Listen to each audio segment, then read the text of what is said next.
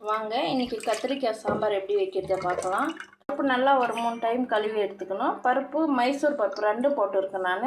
அடுத்ததாக கொஞ்சமாக மஞ்சத்தூள், அடுத்ததாக வெங்காயம், பூண்டு, தக்காளி,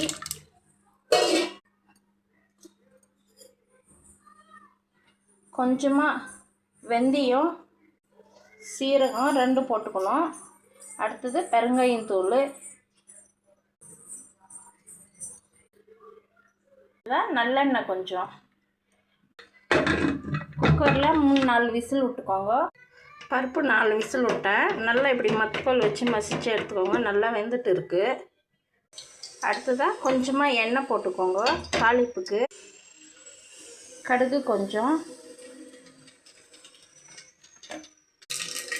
கடுகு நல்லா பொரிஞ்சு வரணும்.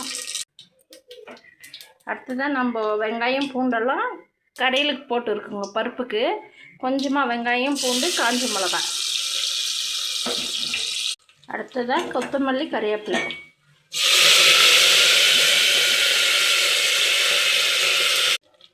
தேவையான அளவு மிளகாத்தூள் போட்டுக்கோங்க. அடுத்தது காய், கத்திரிக்காய், முள்ளங்கி, பீன்ஸ் போட்டுருக்கோம் சாம்பாருக்கு. ஊற்றிட்டு என்ன காய் இருக்கோ எல்லாம் போட்டுக்கோங்க. அடுத்ததாக கல்லுப்பு போட்டுக்கோங்க. கல்லுப்பு போட்டு நல்லா வதக்கி விடுங்க இப்படி.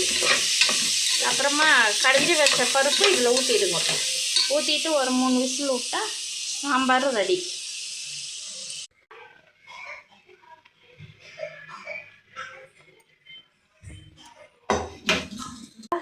புளி கரைச்சல் ஒரு எலுமிச்சைக்காவில் தேவையான அளவு போட்டுக்கோங்க நீங்கள். புளி